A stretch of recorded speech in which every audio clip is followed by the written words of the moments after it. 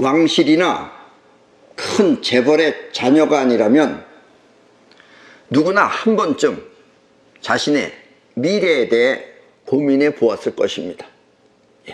특히 젊은 나이에는 반드시 한번 고민을 하게 돼 있죠.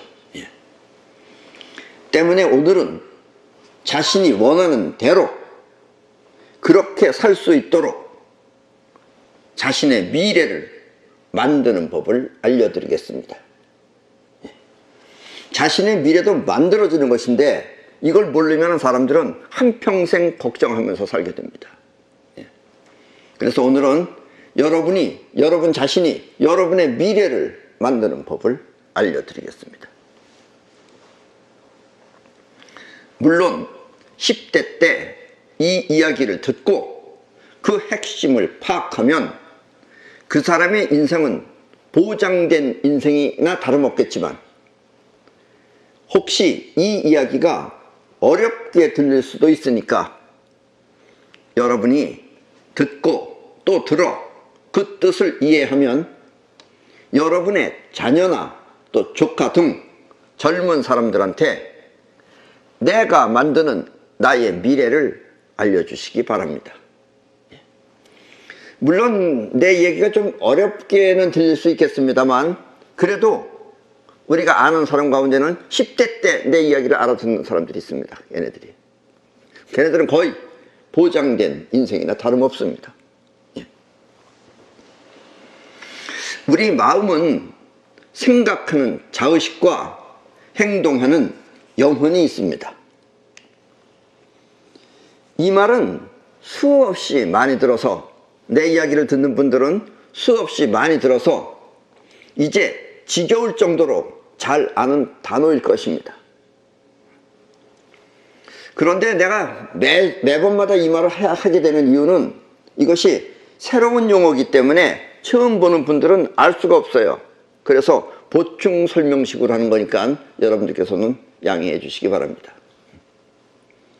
그런데 이 자의식과 영혼은 막대 자석처럼 한 몸으로 이루어져 그 기능을 분명하게 알기에는 좀처럼 쉽지 않은 것입니다. 막대 자석이기 때문에 어디서 어디까지가 자의식이고 어디서 어디까지가 영혼인지 이걸 여러분들이 확실하게 알기가 그렇게 쉽지 않다라는 이야기입니다. 그러나 거듭 듣고 여러분들이 살펴보면 여러분들도 분명하게 알 수가 있습니다. 영혼이 행동하기 위해, 영혼이 움직이기 위해, 영혼이 무언가를 하기 위해 길을 찾을 때는 자의식이 여기저기 신경을 쓰며 최선을 다하지만 영혼이 원하지 않는 일은 자의식이 아무리 골똘히 생각해도 그 생각은 곧 잊어버리는 것입니다. 어저께 뭔가 골똘히 생각했는데 한 3일 전에 뭔가 골똘히 생각했는데 뭘 했더라 하는 건 여러분들의 영혼이 바라지 않았던 거예요. 그래서 잊어버린 겁니다. 아셨죠? 보통은 평소에는 자의식이 원하는 대로 영혼이 따라주는 경우가 많지만 자 지금부터 내가 오른손을 위로 올려야 되겠다. 이것이 영혼이 따라준 거예요. 이게 내 생각대로 움직인 게 아니라 영혼이 내 자의식의 생각을 따라준 겁니다. 이게 그러니까 평소에는 여러분들이 이렇게 따라주는 경우가 많지만 무술을 하는 무사는 갑자기 뒤에서 뭐가 날아오는 걸 자기가 느끼는 거예요.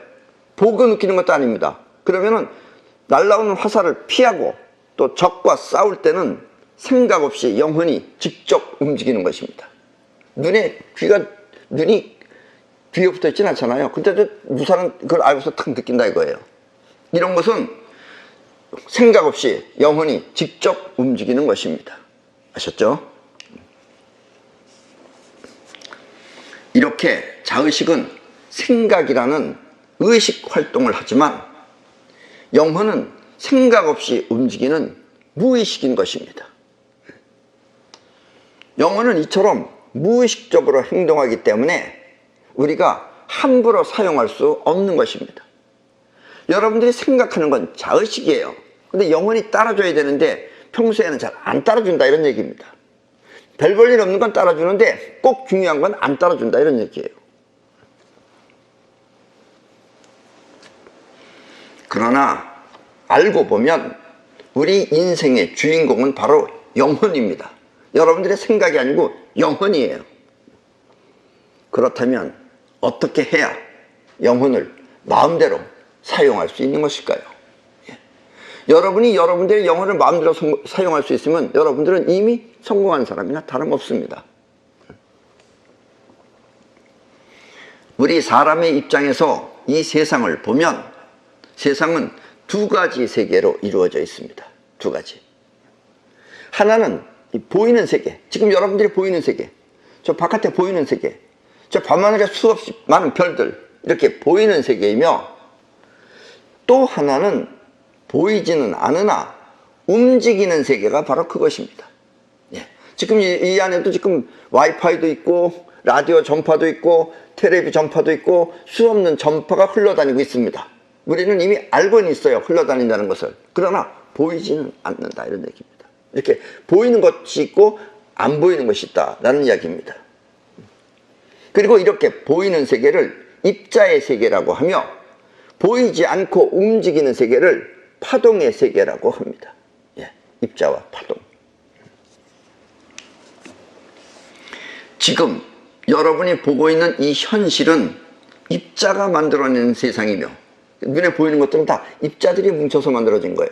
입자가 만들어낸 세상이며, 또 보이지 않고 작용하는 여러분의 생각은 전파가 있듯이 여러분들의 생각도 보이지 않는 거예요. 몸은 보이죠. 몸은 보이지만 보이지 않고 작용하는 여러분의 생각은 바로 보이지 않게 작용하는 파동의 세계인 것입니다. 예, 그 여러분들의 생각도 파동의 세계입니다. 여러분들의 몸은 입자의 세계지만 여러분들의 생각은 파동의 세계다라는 이야기입니다. 그리고 이렇게 보이는 세상은 보이지 않게 작용하는 파동에 의해 만들어지는 것입니다. 예. 여러분들 밤에 저 남산 꼭대기에 올라가서 서울 시내를 내려다보세요.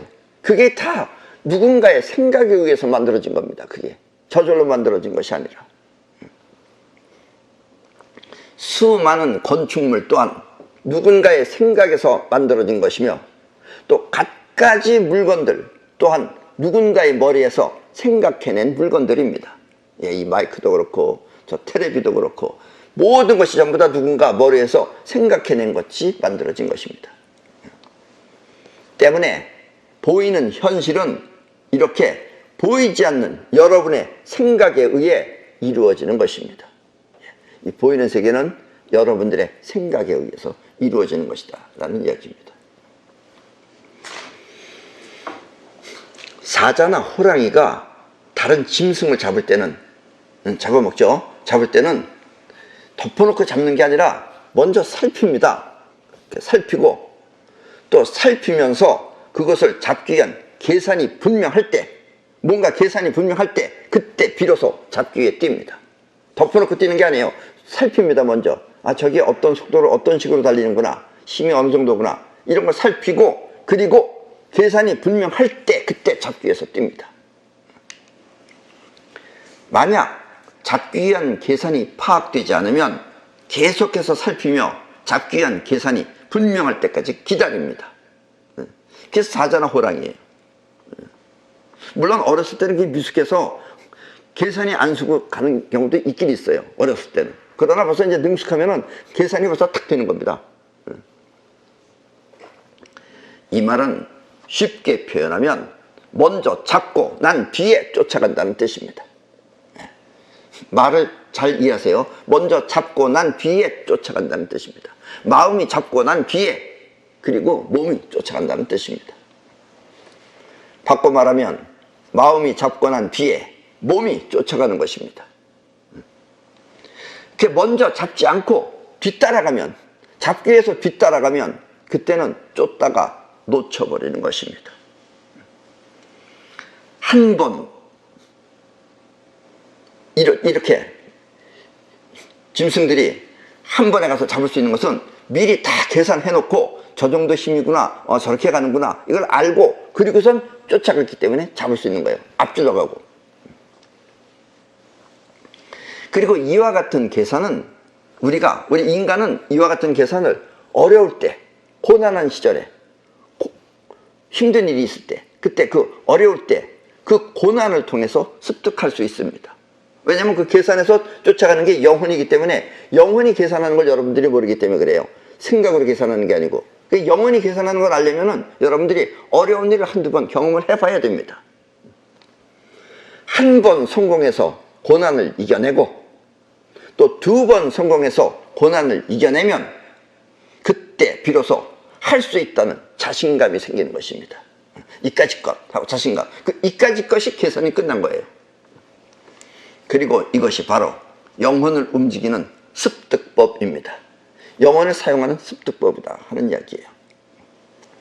자신감 곧 영혼이 일으키는 것입니다. 영혼이 해낼 수 있다를 자신감이라고 하는 거다라는 이야기입니다.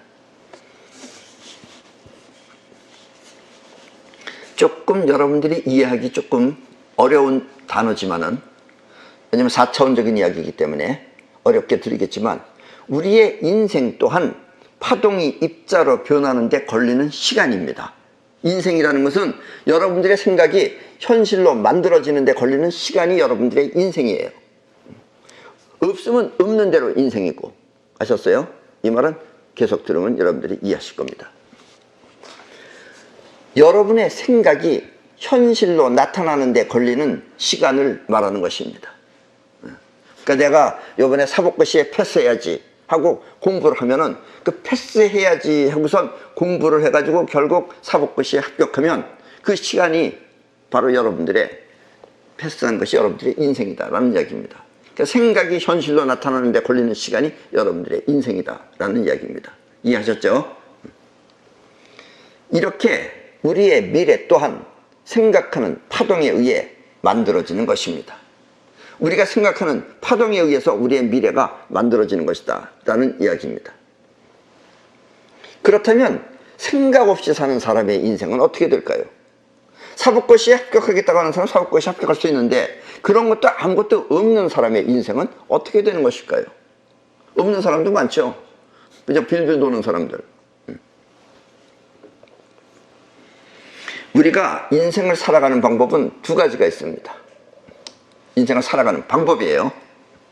하나는 원하는 생각이 현실로 되는 것과, 또 하나는 삶의 지혜처럼 살아가는 운영법이 바로 그것입니다.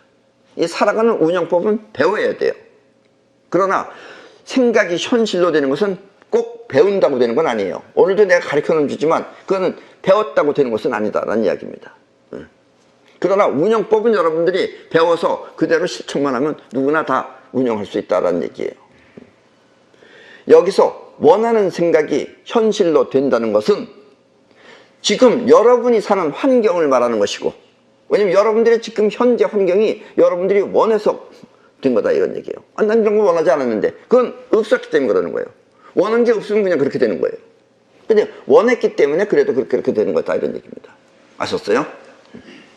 또 사는 지혜라는 것은, 이 운영법이라는 것은 그 환경을 유지하고 관리하는 그런 운영을 말하는 것입니다. 그래서 되게끔 하는 것과 운영하는 것이 인생의 가장 중요한 것이다라는 얘기예요. 그게 우리가 살아가는 방법 두 가지다라는 이야기입니다. 운영은 배워서 알 수 있는 것이지만, 원하는 생각을 현실로 만드는 것은 배움보다, 배웠다고 하기보다도 차라리 터득해야 하는 과제인 것입니다. 그래서 오늘 여러분들이 원하는 생각을 현실로 만드는 그것을 터득하기 위한 방법을 알려드리겠다라는 이야기입니다. 아셨죠? 우리의 영혼은 무의식적으로 활동을 합니다. 생각해서 하는 게 아니고 무의식적으로 하는 거예요. 때문에 행동 또한 무의식이지만, 우리가 하는 행동이 무의식이에요. 무의식이지만 자의식의 꿈이, 자의식이 원하는 꿈을 영혼에다가 각인을 시키면, 영혼 안에다가 그 꿈을 메모리를 시키면 영혼은 그 각인된 내용을 무의식적으로 현실에 끌어옵니다. 예, 무의식적으로. 그리고 대체로 여러분들이 그 각인시키는 방법은 반복하면 각인이 돼요, 그것이. 그래서 가수들이, 슬픈 노래를 부르는 가수들이 일찍 죽는 이유는 자기가 그렇게 슬픔을 맞이했기 때문에 그러는 거예요. 낙엽 따라 가버린 사람. 그런 거라면은 갑자기 낙엽 따라 죽습니다. 가을에. 그게 엘비스 프레슬리예요. 우리나라의 가수 차중락이라고 하는 가수가 그걸 번역해서 불렀어요. 그 차중락이도 젊은 시절에 일찍 죽었어요. 낙엽 따라 가버렸어요. 그걸 자꾸 무의식 안에다가 여러분들 영혼에다 각인시키면 여러분들의 영혼은 무의식적으로 그와 같은 현실을 불러온다는 이야기입니다. 그래서 가수들도 함부로 노래를 부르면 안 돼요. 쨍한 해뜰날 하면은 해뜰날 옵니다. 송대가리처럼. 그래서 여러분들이 반드시 노래도 미래를 봐가면서 미래에 가는 걸 생각해서 노래를 불러야지 덮어놓고 노래를 부르면 안 된다, 이런 얘기입니다. 이렇게 영혼이 각인된 내용을 현실에 끌어오는 힘을, 그거를 사이파워라고 합니다. 여러분들의 영혼에 각인된 내용을 현실에 끌어오는 그 힘을 사이파워라고 합니다. 무의식적으로 끌어옵니다. 사이파워는 곧 영혼이 현실에 창조하는 힘입니다. 여러분들의 영혼이 여러분들의 현실에 창조하는 힘을 바로 사이파워라고 합니다. 문제는 여러분의 꿈을 어떻게 영혼에 각인시키느냐가 중요한 것입니다. 앞에서 사자나 호랑이가 짐승을 잡을 때는 미리 살피고 충분히 잡을 수 있는 속도나 힘을 계산해서 쫓아간다고 하였습니다. 그러나 계산이 서지 않은 상태에서 쫓아가면 그때는 대부분 잡지 못하고 놓쳐버리는 것입니다. 그래서 계산이 서야지 되는 거예요. 이 계산이 서는 것, 이것이 여러분들의 미래를 만들어내는 비밀이다라는 이야기입니다. 생각이라는 파장이 현실에 나타나는 꿈이라면, 여러분들의 생각이라는 파장이 여러분들의 현실에 나타나는 꿈이라면, 꿈이 없는 사람은 현실 자체가 바로 걱정입니다. 꿈이 있으면 꿈을 위해서 살기 때문에 현실의 어려움이 어려움으로 안 느껴져요. 그런데 꿈이 없는 사람은 현실 자체가 바로 걱정입니다. 먹고 사는 것도 걱정이고 전기세 내는 것도 걱정이고 다 걱정이에요. 이렇게 꿈이 없이 미래를 걱정하면 그 걱정은 영혼에 각인이 되어 영혼은 걱정될 현실을 자꾸 만들어냅니다. 그래서 걱정하는 사람은 걱정이 많아져요. 난 왜 이렇게 걱정이 많은지 모르겠어. 무슨 한심하게 이 땅을 치면서 우는 사람들은 본인이 만들어낸 거예요. 그게. 어쩌다가 취직을 해도 또 금방 그만둘 일이 생기고, 그러면 다시 걱정이 되어 잠을 이루지 못하고 불면증에 시달리며, 걱정하느라고 불면증 걸린 거예요. 불면증도 아니에요, 사실은.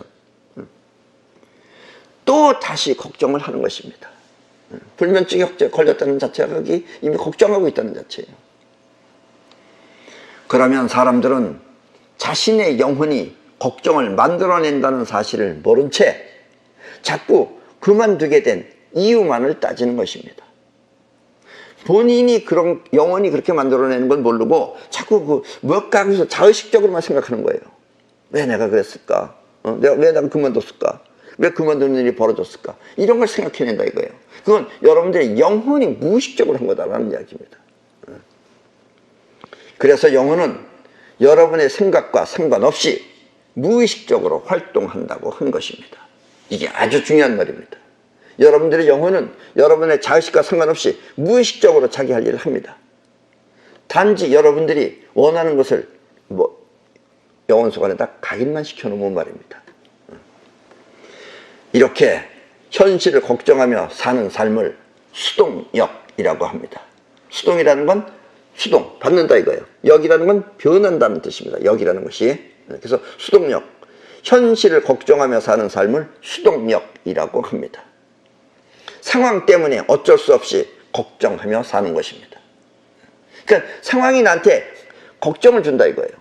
그래서 그런 걸 수동력이라고 합니다. 왜냐하면 현실이 나한테 준다 이런 얘기예요.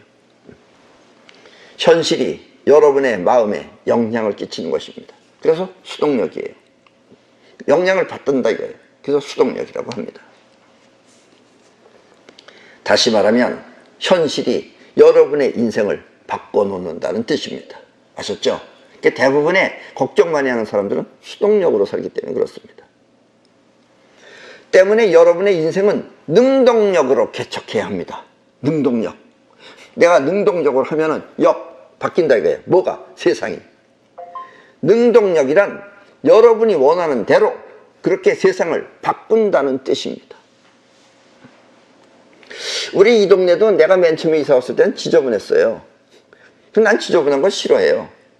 그래서 내가 이 동네가 깨끗해진다고 생각했어요. 그러더니 갑자기 앞에 있는 그 지저분한 연립주택 다 치워버리고 길도 넓어지고 지금은 깨끗해졌습니다.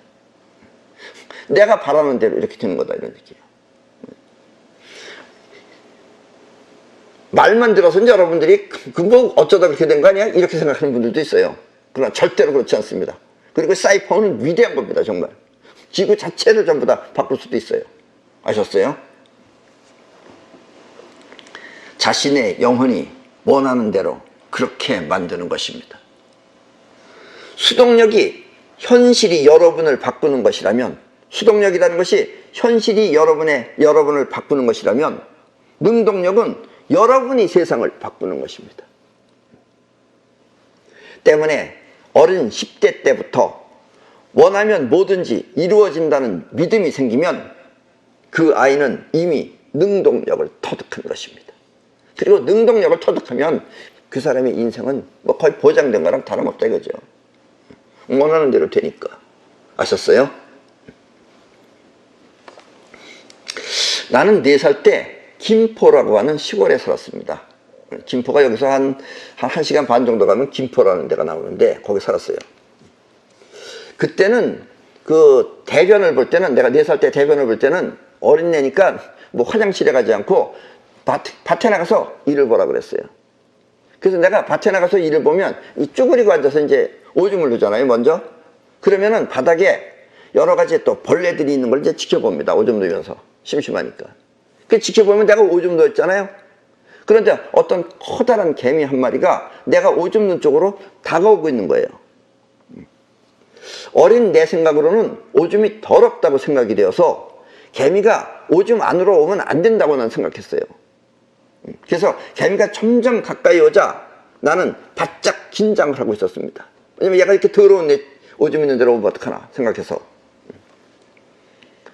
그리고 강력하게, 아주 강력하게 생각했습니다.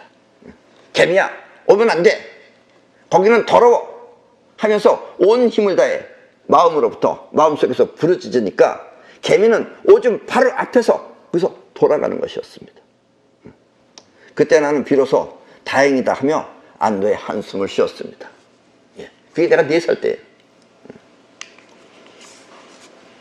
그리고 초등학교 1학년 때에는, 초등학교 1학년 때 7살 때에는 하성이라는 곳으로 이사를 갔어요. 가을쯤 이사 갔을 거예요 아마. 집에서 학교에 가려면은, 우리 집에서 학교에 가려면은 뭐 버스도 다녔지만 버스를 타고는 안 다니고 대부분 애들이 다 걸어 다녔어요. 그래서 학교까지 가려면 한 1시간 정도 걸어가야 했습니다. 어린 나이로서는. 그런데 우리 동네 형들이 이 길 위로 걸어가면은 춥다고 하면서, 바람이 부니까 추워요. 춥다고 하면서 길 아래에 있는 골짜기로 가는 것이었습니다. 저 이 사진을 보여드리겠는데 이 사진은 거기는 아닙니다. 네, 여러분들이 참고로 보여드리는 것 뿐인 건데, 예를 들면 저렇게 길이 있고 한쪽은 저렇게 골짜군이었다 이거예요. 저긴 아닙니다. 저기 골짜군이 있다 이거예요. 그런데 그 골짜군으로 가면은, 왜냐면 양쪽이 이렇게 한쪽은 길이고 한쪽은 산이에요. 뭐 조그만 산이에요. 그러니까 바람이 안 부는 거예요. 이쪽으로는 단지 이렇게만 불어도. 그래서 이 동네 형들이 춥다 그래서 이 골짜기로다가 걸어갔어요. 근데 나도 따라가 봤는데 나름대로 좋은 점이 있었습니다. 어떤 점이 좋았느냐? 우리 집에서 학교가 그러니까 북쪽에 있는 거예요. 그러니까 거길 들어가면, 아침에 거기에 들어가면은 이 벽 쪽으로다가 따뜻하게 햇살이 드는 겁니다. 햇빛이 있는 겁니다. 그래서 그 길 있는 쪽에, 벽 쪽에 이렇게 누워 있으면은, 거기에 길에서 누워 있으면 따뜻하고 기분이 좋았어요. 햇빛이 따뜻하게 드니까. 한 번은 거기서 깜빡 잠이 들어가지고선 아이 큰일 났다 그래서 벌떡 일어나서 위로 올라와서 보니까 애들이 오더라고요. 그죠? 오는지 가는지 몰라서 따라와니까 집이 나오더라고요. 그러니까 학교가 벌써 끝난 거예요. 벌써 한 서너 시간 지나가지고. 그때는 오전 수업밖에 안 했기 때문에. 어쨌든 길에 서 있었으면 짜릿하고 좋았습니다. 문제는 그 길 위로 지나가는 달구지나 뭐 이렇게 마차 같은 거나 아니면 또 사람들이 막 지나갈 때 벽 위쪽에서 그때는 아스팔트가 없었기 때문에 벽 위에서 흙이나 또 돌멩이가 이렇게 굴러떨어지는 것이었습니다. 이렇게 또박또박 굴러떨어지는 거예요. 그럼 다른 애들은 그게 목이나 이런 데로다가 흙가루 같은 게 들어오니까 이렇게 누워있다가 피하는 거예요. 근데 나는 안 피했어요. 따뜻하니까. 나는 안 피하고 돌멩이가 굴러떨어지는 소리가 들리면 마음속으로 다른 곳으로 굴러가라, 다른 곳으로 굴러가라 하면서 버텼어요. 나는 끝까지 안 비켰어요. 그러면 돌이 퉁퉁퉁퉁 튀어다 딴 데로 튕겨가는 거예요. 그때 내 생각에는 이 신기하게 이 흙가루나 돌멩이가 나를 피해서 다른 곳으로 굴러떨어지는 것입니다. 그래서 나는 어렸을 때 개미나 돌멩이도 내 마음처럼 내가 원하는 대로 들어주는구나 하고 생각했습니다. 돌멩이도 내가 원하면 저렇게 지가 피해가는구나. 그리고 개미나 이런 것들도 내가 오지 마 그러면 지가 가는구나. 이렇게 난 생각했어요. 다른 애들은 모르는데 나는 그렇게 생각했어요. 초등학교 2학년 때에는 우리 아버지 회사가 발칵 뒤집힐 정도로 큰 일이 벌어졌습니다. 그때 우리 집은, 그러니까 아까 그 김포라는 곳에서 화성이라는 곳으로 이사를 갔는데 그 우리 집은 일반적인 개인 집이 아니라 사실 수리조합 사무실이었습니다. 그래서 우리 집은 마당도 넓었지만 지금 가보면 그렇게 넓은 거 아닌데 그 당시엔 상당히 넓었어요. 어렸을 때는. 그 우리 집은 들어가면 거기가 사무실이고 그 뒤쪽으로 가면은 우물하고 우리 집이 나오는 거예요. 그러니까 우리 집이 사무실 수리조합 사택인 거예요. 우리 아버지가 그거 수리조합 소장이었기 때문에 우리 집은 같은 건물에 붙어있는 사택이었습니다.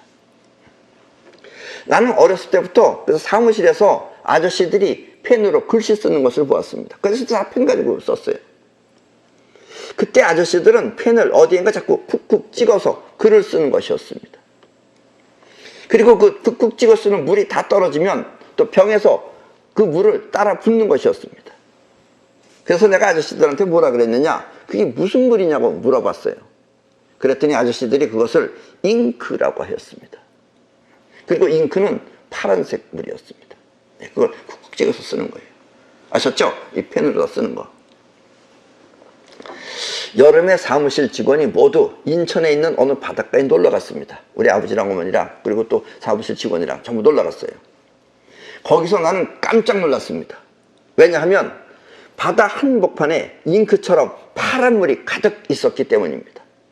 요즘은 바다가 어떤지 모르겠지만 그때는 아주 파랬어요. 우리 어렸을 때는.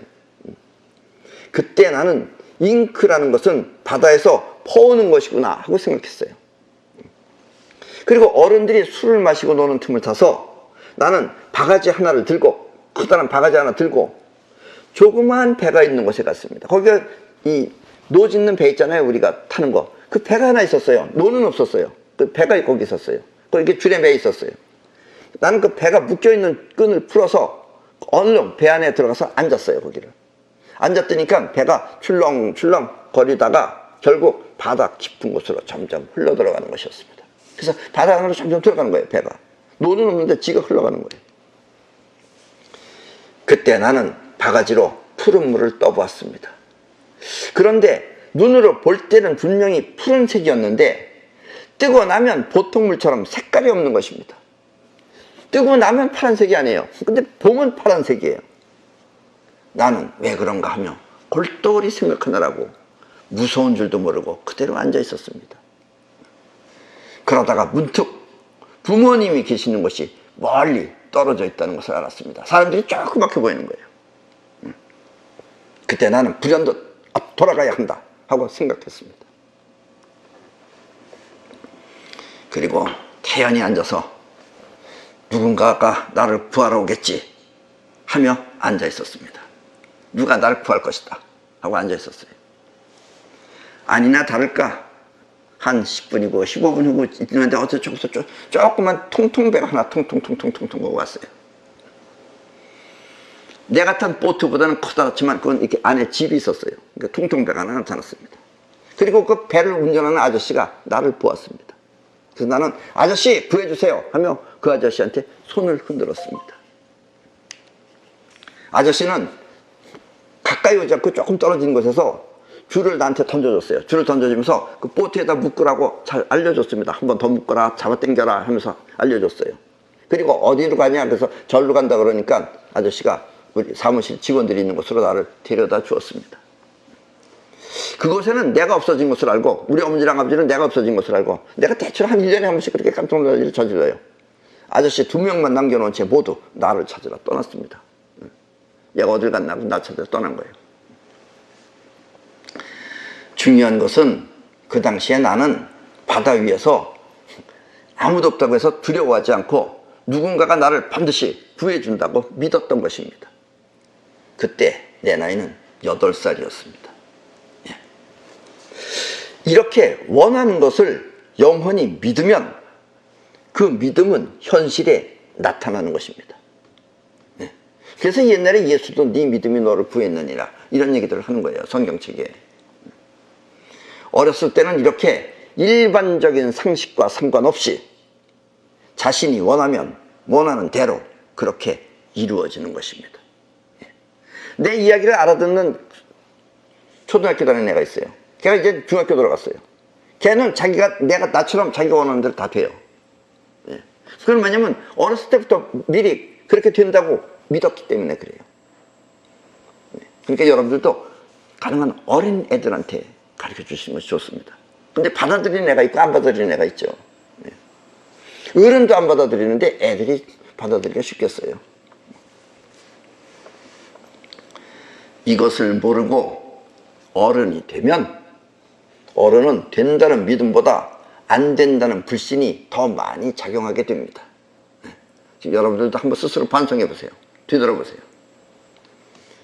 내가 몇 회 전에 강의에서도 말했지만 사람은 무거워서 날 수 없다고 생각하면 날겠다는 생각은 어리석은 생각이 되고 맙니다. 우리 어렸을 때만 해도 그랬어요. 공기보다 무거운 건 날 수 없다 그랬어요. 그러니까 에디슨 시절에는 공기보다 무거운 것은 뜰 수 없다고 생각했다 이거예요. 그런 생각을 하면은 영혼은 뜰 생각을 못한다 이런 얘기입니다. 또 여러분이 원하면 원하는 대로 모두 될 수 있는데 지금도 마찬가지예요. 여러분이 원하면 원하는 대로 다 될 수 있어요. 될 수 있는데 설마 내가 그렇게 될 수 있을까 하고 스스로 부정을 하면 여러분들의 영혼은 작동하지 않아 결코 될 수 없는 것입니다. 되고 안 되는 건 영혼이 하는 거예요. 근데 여러분들이 내가 되겠냐? 이러면 안 된다 이런 얘기예요. 아셨어요? 때문에 여러분의 미래는 이렇게 미리 생각한 대로 현실이 되는 것입니다. 그러니까 마음을 항상 현실에 두고 현실에 필요한 것을 꿈꾸도록 하십시오. 그래서 이렇게 현실에 두고 현실에 필요한 것을 꿈꾸도록 하는 것을 가리키는 것이 기도입니다. 기도. 그런데 기도를 심정적으로 해요. 그러니까 기도가 안 이루어지는 것이다 라는 이야기예요. 지금 내가 말하는 사이파워라는 것이 기도의 정석이에요. 사실은. 근데 일반인들은 그걸 옛날에 기도라고 했어요. 근데 기도가 심정적으로 원하는 거예요. 나를 여기서 구해주십시오. 이렇게 기도를 해요. 물론 나를 구해주십시오 한다는 얘기는 아까 나처럼 배 안에서 나를 누가 구해주러 오겠지. 나는 구해주러 오겠지가 생각하는 거예요. 구해주러 오는 장면이 있는 거예요. 근데 여러분들은 그렇게 안 하고 누가 나를 부자를 만들어 주겠지. 날 도와주세요. 이러면 안 도와줘요. 그러면. 그것이 어떤 현실적으로 형상화를 시킬 수가 있어야 된다라는 이야기입니다. 아셨어요? 앞에서도 말했지만 사자나 호랑이는 미리 살펴서 잡을 수 있다는 자신감이 생겼을 때 쫓아갑니다. 자신감이 없이 따라가면은 따라가다가 놓친다 이런 얘기예요. 이 말은 먼저 잡고 그리고 잡기 위해 쫓아간다는 뜻입니다. 때문에 여러분이 원하는 것은 그것이 현실에 있든 없든 상관없이, 지금 현재 현실에는 있든 없든 상관없이 원하는 대로 그렇게 마음껏 상상하도록 하십시오. 원하는 걸 그대로 상상하세요. 그러면 우주가 다 만들어줘요. 우주가 만들어준다는 말이 조금 이상한 말이지만 어쨌든 알게 돼요, 여러분들은. 그리고 그 상상이 점점 또렷해서, 이제 여러분들이 상상하다 보면 점점 또렷해집니다, 그게. 그렇게 이때 이제 이게 각인시키는 방법이에요. 점점 또렷해져서 마치 실물처럼 눈앞에 있듯이 그렇게 되면, 생각이지만 생각 안에서 눈앞에 있듯이 그렇게 되면, 여러분이 원하는 것이 눈앞에 있듯이 상상 속에서 그렇게 되면, 그때 여러분의 기분은 상상 속에서 행복할 것입니다. 원하는 것이 이루어졌으니까, 생각 안에서는. 이미 여러분은 원하는 것과 함께 있어서 즐거운 것입니다. 여러분들의 표정이 밝아지게 돼요. 그러면 그 행복한 꿈은 영혼 속에 각인이 됩니다. 그리고 살다가 보면은 언젠가 자신이 꿈꾸었던 그 상상이 현실에 나타날 것입니다. 처음에는 깜짝 놀라요. 아, 내가 이거 어디서 보던 것 같은데, 옛날에 내가 뭘 했던 건데, 그거 나타난다 이거예요. 처음에는 깜짝 놀라 너무나 경이로울 것입니다. 이것은 여러분의 영혼이 사이파워를 통해 그 꿈을 현실에 끌어온 것입니다. 그리고 이것이 바로 미래를 만드는 법입니다. 아셨어요? 네, 그러니까 상상을 해야 돼요. 현실적으로 상상을 해야 돼요. 그 현실이 나타나는 거예요. 여러분들의 파장이 그걸 끌어오는 거예요. 아셨어요? 원했던 꿈은 그것이 그 시대에 없더라도 반드시 나중에 나타납니다. 때문에 미래는 이미 그때 만들어진 것입니다. 여러분들이 꿈꿀 때 이미 만들어진 거예요. 파동의 세계에서는 만들어진 거예요. 단지 그것이 현실화되는 것이 시간이 걸리는 것뿐입니다. 왜 시간이 걸리느냐? 그것이 현실화되려면 사회 전체가 변화해야 하기 때문에 10년이고 20년이고 걸릴 수 있는 것입니다. 예. 나는 어렸을 때, 아까도 얘기했지만 우리가 김포로 갔을 때, 그때는 우리 아버지가 집을 지었어요. 근데 우리 아버지는 이상하게 지붕이 없는 집을 집니다. 옛날에 그걸 슬라브 집이라고 그랬어요. 그리고 내가 그 지화집 같은 걸 싫어해요. 나는 우리 한식집을 싫어합니다. 답답해요, 그건.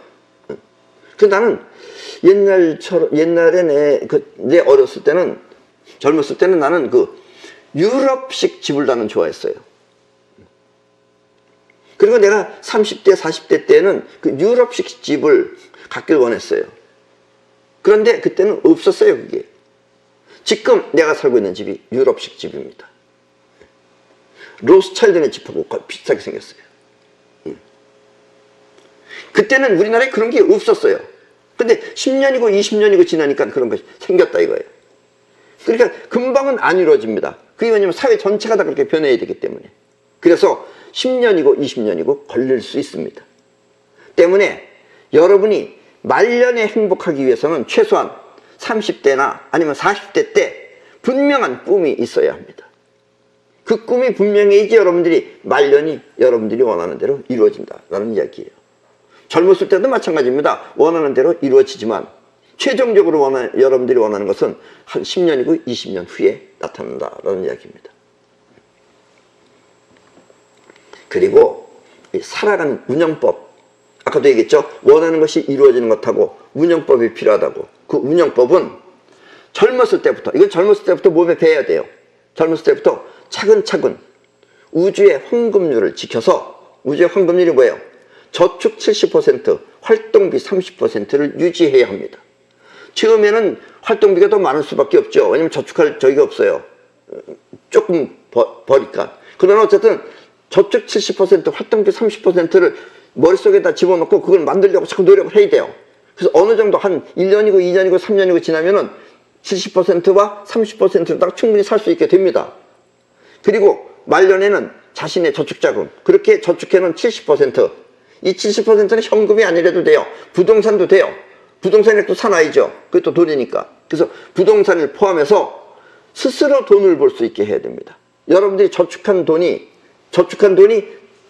돈이 돈을 벌게 해야 된다는 얘기예요. 그래야지 여러분들이 편안하게 살 수 있어요. 이른바 돈이 돈을 벌어주는 것입니다. 아셨죠? 그러니까 황금줄을 지켜서 70대 30을 꼭 지키려고만 하면은 여러분들의 미래는 보장된다는 이야기입니다. 왜냐하면 돈이 돈을 벌어주기 때문에. 또 여러분들이 젊었을 때 걱정하는 것이 나는 무슨 일을 할까입니다. 진로. 진로는 다른 거 생각하지 마세요. 눈치 보지 마세요. 다음에 뭐 할까 이런 거 생각하지 마세요. 앞으로 농업이 잘 된다. 지금 현재 농업이 잘 된다. 그래서 농업 시작하면 그때는 농업 안 돼요. 그런 걸 보고 하지 마시고 자기가 좋아하는 일을 택해서 하십시오. 내가 좋아하는 일을 택해서 하세요. 뭐가 됐든지 상관없어요. 좋은 일을 택해서 하는데 그 일이 사람들한테 여러분들이 하는 일이 나만 좋아하는 게 아니고 내가 좋아하는 내 일이 다른 사람들한테 어떤 득을 줄 것인지 그것이 확실해야 보람이 있을 것입니다. 여러분들이 그 일로 통해서 누구한테 득을 주게 되면은 왜냐면 여러분들이 돈을 벌 수 있는 방법은 돈은 사람만 가지고 있어요. 개가 좋아하는 거 만든다 그래서 여러분들이 되는 거 아닙니다. 개한테 사주는 것도 사람이죠, 사실은. 그러니까 여러분들이 뭔가 사람들한테 득을 줄 수 있는 것을 여러분들이 개발을 하면은 그것이 여러분들이 돈을 버는 길입니다. 음악이 돼도 됐고 물건이 돼도 됐고 상관없어요. 여러분들이 만들어내는 것은 전부 다 하는 일도 사람들한테 득을 줄 수 있으면 그러면 여러분들은 확실한 보람을 얻을 수 있다는 얘기입니다. 이게 운영법이에요. 운영법은 일단 두 가지만 여러분들이 잘 지키시면 됩니다. 그리고는 원하는 대로 이루어내면 된다라는 이야기입니다. 앞에서도 말했지만 나는 어렸을 때 잉크를 푸기 위해 바다로 갔을 때 부모님과 멀어진 사실을 걱정하지 않았습니다. 거기서 아이고 큰일 났네. 그래서 안절부절 못하고 걱정을 하면은 수동력으로 사는 사람은 그와 같은 상황이 되면은 나 같은 상황이 되면 겁을 먹고 걱정을 할 것입니다. 거기 앉아서 부들부들 떨면서. 그러면 걱정은 또 다른 걱정을 불러와 다른 사고를 일으키게 됩니다. 그럼 갑자기 바람이 분다든가 천둥 번개가 쳐가지고 배가 뒤집힌다든가 하는 일이 벌어진다 이거예요. 그런데 나는 태연하게 앉아 있었어요. 이렇게 태연한 마음으로 누군가 구하러 올 것이라고 믿고 기다리면 정말 구해줄 사람이 나타나는 것입니다. 이렇게 우리 인생은 세상과의 싸움이 아니라 자신과의 싸움인 것입니다. 자기 자신과의 싸움이다 라는 이야기입니다. 영혼이 자의식의 걱정을 물리치는 것을 큰일 났냐고 하는 건 자의식이에요. 이 걱정을 물리치는 것을 영혼이 자의식의 걱정을 물리치는 것을 노따리 정신 혹은 온리서의 긍지라고 합니다. 이 노따리라는 것은 고려시대 때 공민왕이 홍건적의 난을 피해 안동으로 피난 갔을 때 그곳 주민들이 왕비인 노국대장공주 그 공민왕의 와이프 왕비가 중국에서 온 여자였어요. 그래서 그 여자 이름이 노국대장공주인데 그 공주가 걸어서 냇물을 건너는 것이 안타까워. 그럼 이제 신발 다 벗고선 내 걸 걸어가야 되잖아요. 그래서 그곳 주민들이 모두 등을 대고 엎드려서 인교를 만들어 사람 다리를 만들어서 건너게 한 것을 기념하기 위한 놀이입니다. 지금도 하고 있어요. 네, 저게 바로 노따리 놀이입니다. 저기 밟기. 네. 자, 요즘은 저렇게 하지만 옛날에는 이제 저런 식으로 했습니다. 이렇게.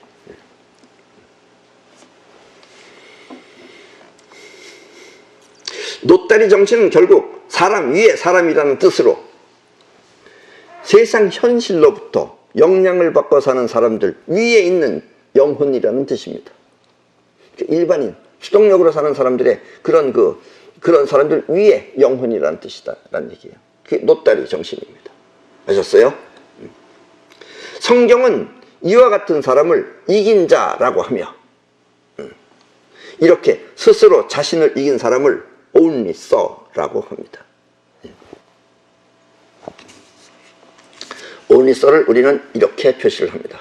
이렇게. 저 고양이들도 이렇게 only saw, only saw예요. only saw는 곧 세상으로부터 영향을 받지 않는 유일한 사람이라는 뜻입니다. 그리고 우리는 이런 정신을 only saw의 긍지라고 합니다. 오늘 이 강의를 들으신 분들은 모두 온리서의 긍지를 살려 이 나라, 이 지구를 지키도록 사이퍼를 하시기 바랍니다.